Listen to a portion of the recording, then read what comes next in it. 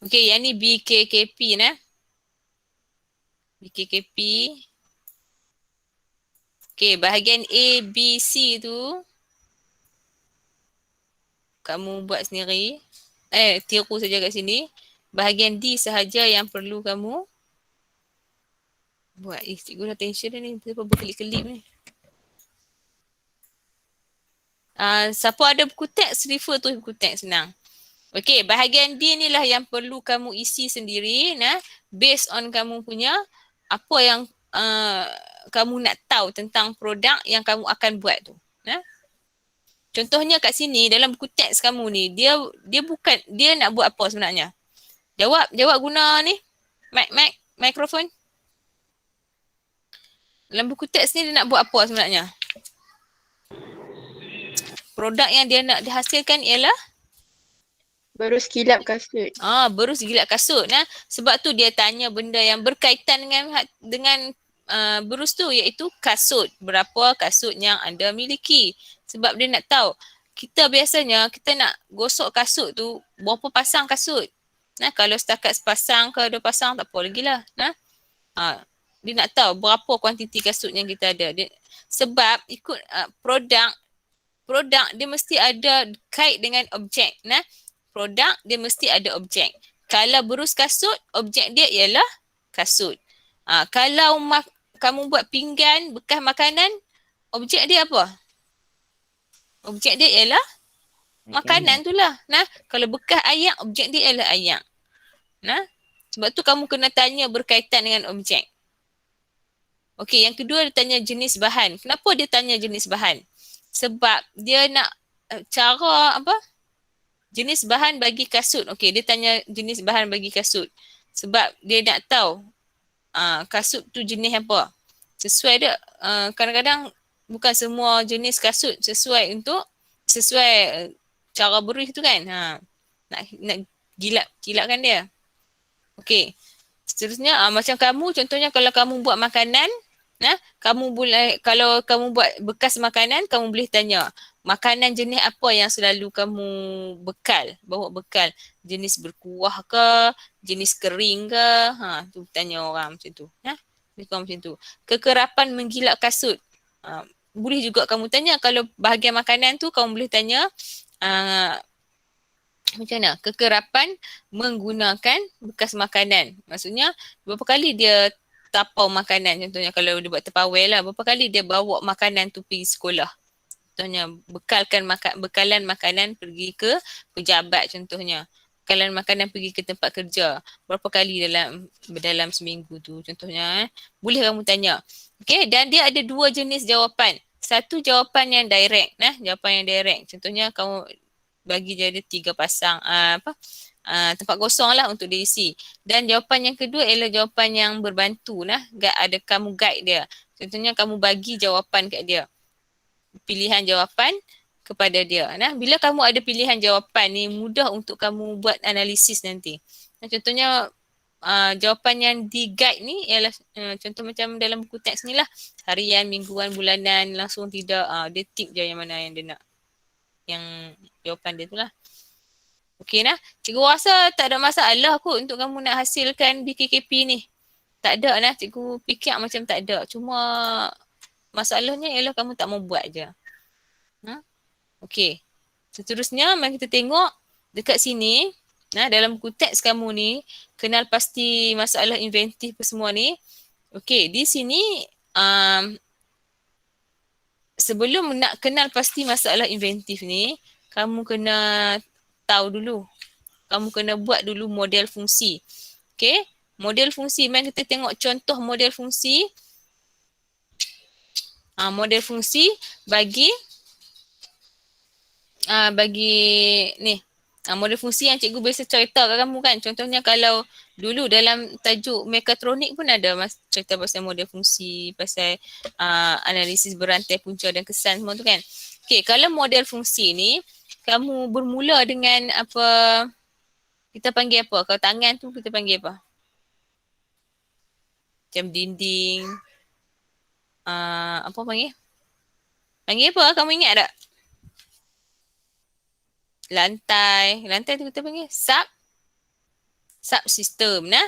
Subsistem maksudnya subsistem tu yang utamalah yang akan memegang memegang apa produk kamu tu, memegang produk kamu tu. Contohnya kalau produk kamu ialah meja, yang memegang meja tu ialah lantai.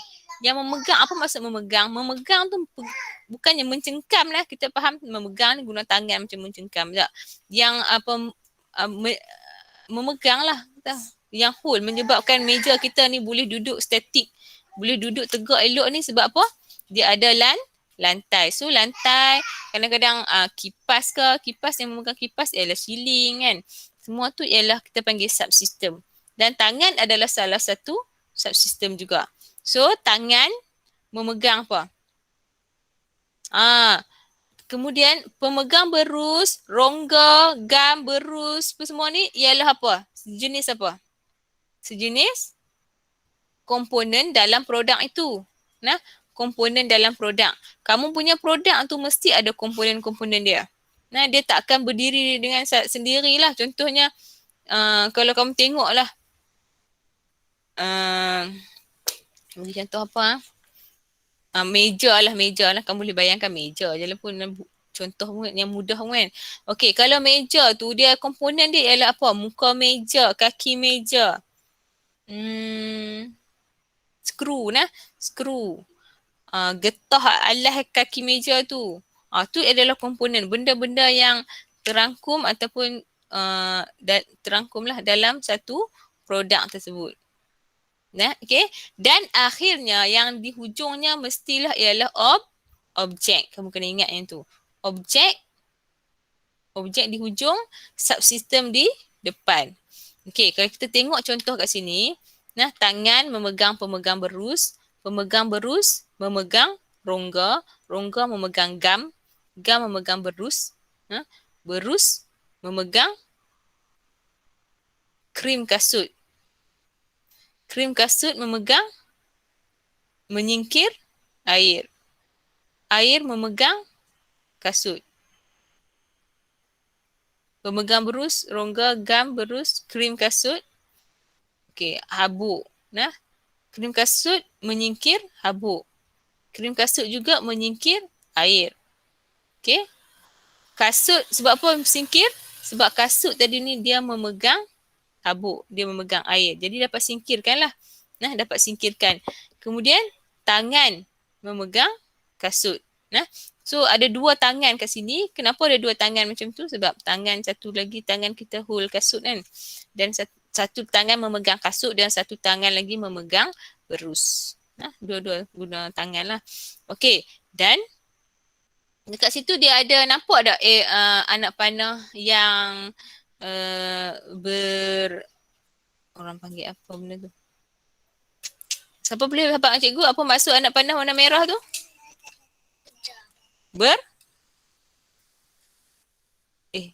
Cikgu cakap seorang-seorang kan ni? Berapa? Cakap. Jangan tulis cakap. Ada tak?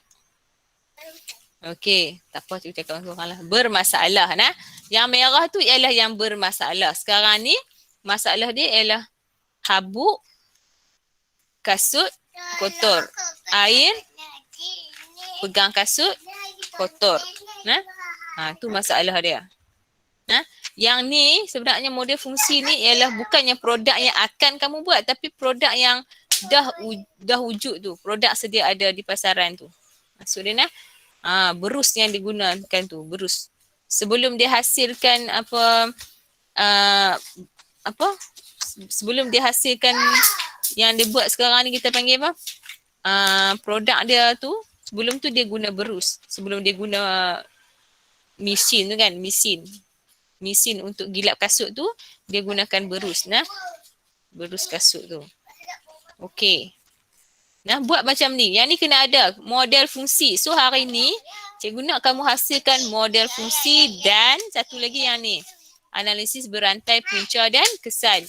Untuk apa kita buat dua benda ni? Untuk mendapatkan untuk kamu buat untuk kamu tahu prinsip inventif yang akan kamu gunakan nanti.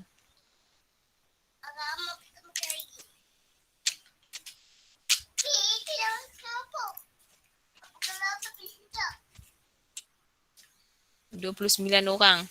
Okey nah? Allah Allah. Okey, tadi ni model fungsi nah, model fungsi. Yang kedua ialah analisis berantai punca kesan ni. Okey.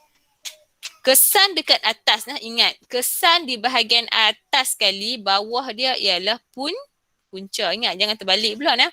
Kesan ialah ke atas. Apa kesan dia? Kasut, kalau kita guna berus lama tu secara, panggil apa? Kaedah lama tu kan.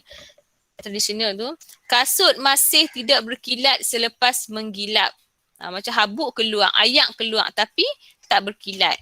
Mengapa? Sebab mengapa? Air dan habuk masih melekat pada kasut. Sebab apa? Air dan habuk masih lekat pada kasut. Mengapa? Maksudnya mengapa kat sini? Mengapa air dan habuk masih melekat pada kasut? Sebab krim kasut tidak tersebar sekata. Okey, mengapa krim kasut tidak tersebar sekata? Tekanan ketika menggilap tidak seragam. Mengapa tekanan tidak seragam? Daya yang digunakan untuk menggilap tidak seragam. Mengapa daya yang digunakan untuk menggilap tidak seragam? Sebab mengejar masa dan tangan menjadi lenguh. Bayangkan kita gosok kasut tenyih dengan berus tu kan, cara lama tu. Dan tangan pun lenguh dan kadang-kadang kita buat dengan cepat nah. Mengejar masa kadang buat dengan cepat kan. Sebab itulah tidak berkilat nah. Ingat, yang atas ni ialah kesan dan bawah ni ialah punca. Okey, punca ni dia boleh jadi tiga aspek ya. Tiga punca utama. Nah, pertamanya ialah punca apa? Siapa boleh jawab? Punca apa? Semula jadi nah. Semula jadi lagi? Tak ada respon. Kelas? Kau hampa tak dengar cikgu cakap ni? Dengar cikgu. Dengar. Okey, selain semula jadi, kita ada tiga punca nah. Tiga punca utama. Pertama semula jadi, yang kedua sifat asas objek. Nah, sifat asas objek. Hampa duk tulis tak apa yang cikgu cakap ni? Tulis nah, kalau boleh tulis. Ambil note. Pertama sekali punca ni boleh jadi tiga sebab sahaja nah. Pertama semula jadi. Semula jadi ni macam kadang-kadang faktor cuaca nah, hujan ataupun panas. Yang kedua ialah sifat asas objek. Sifat asas objek tu macam contohnya kalau kamu buat bekas makanan kan. Contohnya makanan kamu ialah bihun sup. Bihun sup sifat dia macam mana? Bihun sup tu ialah objek, bekas makanan tu ialah produk. Jadi objek kamu tu sifat dia macam mana? Adilah. Basah. Basah nah, lembap macam tu, berair nah. Okey, tu maksud sifat asas objek. Dan yang ketiga apa dia? Sains fizik. Nah, sains fizik contohnya macam faktor momentum ke ataupun faktor tekanan. Faktor apa lagi? Initial. Contoh-contoh dia macam tu. Jadi bila kamu tulis yang last kali ni kat punca ni nah, punca ni mesti ada kaitan dengan salah satu daripada tiga punca tu. Macam kat sini mengejar masa dan tangan menjadi lenguh. Ini ialah apa kita panggil? Faktor apa? Jadi. Faktor semula jadi. Mungkin faktor semula jadi. Nah, sebab kita kalau buat kerja terlalu lama dia akan jadi lenguh. Bila tinggi sifat semula jadi macam tu. Nah, sebagai manusia lah. Sifat semula jadi. Semula jadi maksudnya benda yang tidak dibuat-buat. Nah. Contohnya panas ke, hujan ke macam tu. Okey. So, cikgu rasa bulan ni pukul target cikgu 11.30. Ni 11.34 dah. Jadi sekarang ni apa masalah kamu pula nak menghasilkan ni? Semua dah ada produk kan? Betul tak? Jawab. Ada. Ya. Semua dah ada. Okey, baik cikgu nak tanya. Farhana. Farhana buat apa Farhana? Buat gelang. Buat gelang. Jadi kalau gelang ni apa dia? Kalau nak buat apa kita panggil apa? Dia fungsi. Model fungsi. Okey. Farhana, kau nak buat model fungsi, apa subsistem untuk gelang kamu? Oh, tak tahu. Tangan. Tangan. Kan? Tangan. Nah, pergelangan tangan tu. Okey. Kemudian apa dia? Pergelangan tangan tu pegang apa? Untuk pegang apa? Macam tu lah nah. Faham nah? Tapi Faham. gelang ni terlalu ringkas lah bagi cikgu. Dia tak ada apa sangat. Dia ringkas je. Tapi mudah lah bagi kamu nah. Advantage lah bagi kamu berbanding buat mechanical apa semua tu kan. Okay. Dan objek dia pula ialah apa Fahana? Berbalik kepada lengan balik nah. Yang pegang pun lengan. Yang objek dia pun ialah lengan juga. Okay. Okey. Kalau Arif buat apa? Tutup tu. Adilah buat apa Adilah? Adilah buat produk apa? Bekas makanan. Bekas makanan apa? Bekas makanan. Oh, maksudnya general lah. Makanan apa pun boleh ya? Bertutup Makanan kering je. Makanan kering. Okey, makanan kering. Bagus. Makanan kering nah. So apa dia punya subsistem dia? Yang memegang dia, menyebabkan dia duduk stabil tu ialah apa? Itu. Mungkin meja nah. Mungkin meja subsistem kamu tu lah. Subsistem kamu mungkin meja, mungkin takkan makanan tak atas lantai kot. Bukan makanan lah.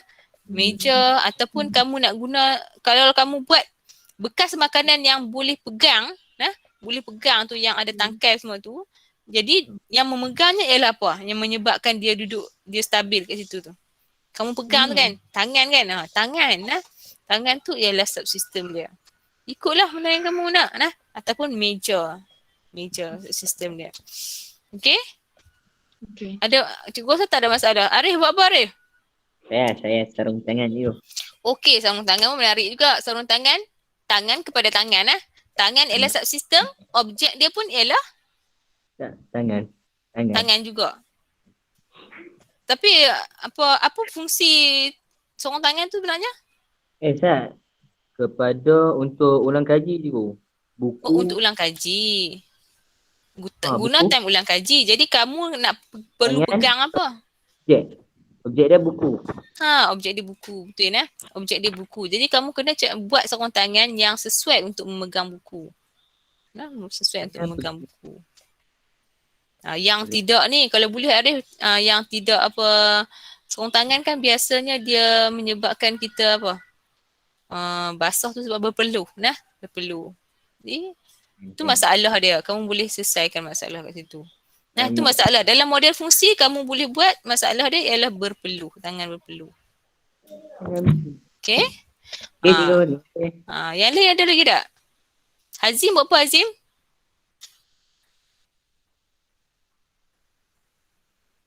Tak ada dah. Bekas makanan juga. Bekas makanan juga. Bekas makanan apa tu? Makanan apa? Spesifik tak?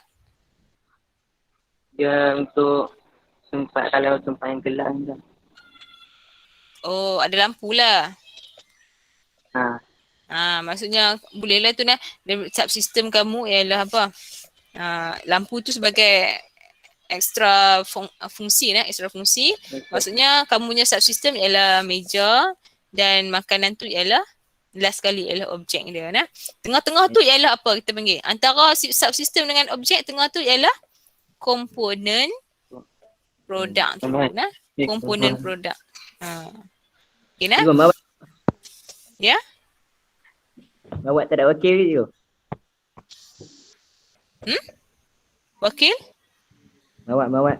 Mawadah lah. Kamu sebut mawat cikgu dengar menentang apa mawat? Mawadah siapa kelas mawadah ada tak?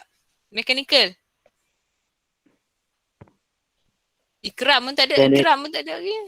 Saya Ikram cikgu. Oh kamu Ikram. Dua orang Mawadah Ikram. tak ada. Tak apa, dia pun menyepi. Kebetulan cikgu pun nak rushing juga kan, tak boleh nak panggil ramai sangat. Habis dah masa. So, tugasan kamu ingat tugasan kamu ialah minggu ni ialah buat model fungsi dan juga analisis berantai punca dan kesan. Minggu depan cikgu tak mau present, cikgu nak kamu present. Present kamu punya model kamu tu. Model fungsi dan analisis berantai tu. Boleh tak? Boleh tak? Boleh. Oh, 3 orang yang InsyaAllah. kata boleh. Okay, insyaAllah minggu depan cikgu nak tengok kamu pula bercakap. Okay, setakat itu dahulu. Scan. Setakat itu dahulu. Hari ni. Cuma cikgu lupa nak bagi kehadiran. Sekejap lagi cikgu bagi kehadiran dekat ni dekat grup. Boleh kehadiran lagi.